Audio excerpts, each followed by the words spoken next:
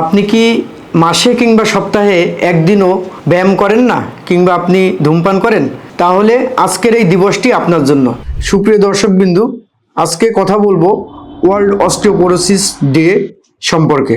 আমি doctor S M Rakibul Hasan, কর্মরত আছি জাতীয় অর্থোপেডিক হাসপাতাল ও পুনর্বাসন প্রতিষ্ঠান তথা পঙ্গু হসপিটালে। অস্টিওপোরোসিস কি?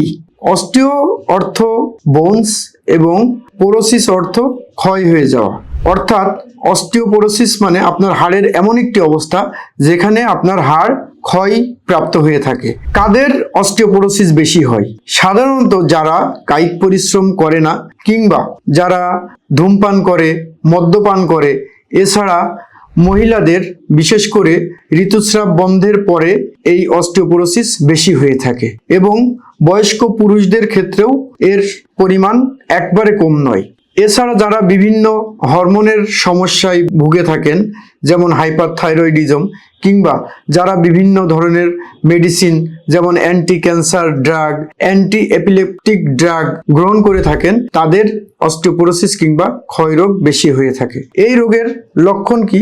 সাধারণত হাড় ভাঙা ব্যতীত এই রোগের অন্য কোনো লক্ষণ দেখা দেয় না, তবে অনেক সময় মেরুদণ্ড কিংবা পিঠে ব্যথা, এছাড়া অবসন্নতা, শারীরিক দুর্বলতা অর্থাৎ মাসল উইকনেস দেখা দিতে পারে। কোন হাড়গুলি বেশি ভাঙে? সাধারণত মেরুদণ্ডের এবং রিস্ট জয়েন্ট অর্থাৎ কোলিস ফ্র্যাকচার বেশি হয়ে থাকে। এই রোগ আমরা কিভাবে নির্ণয় করি? সাধারণত বিএমডি অর্থাৎ বোন ম্যারো ডেন্সিটি নামক একটি পরীক্ষার মাধ্যমে আমরা এই রোগ নির্ণয় করে থাকি। এই রোগের চিকিৎসা কি?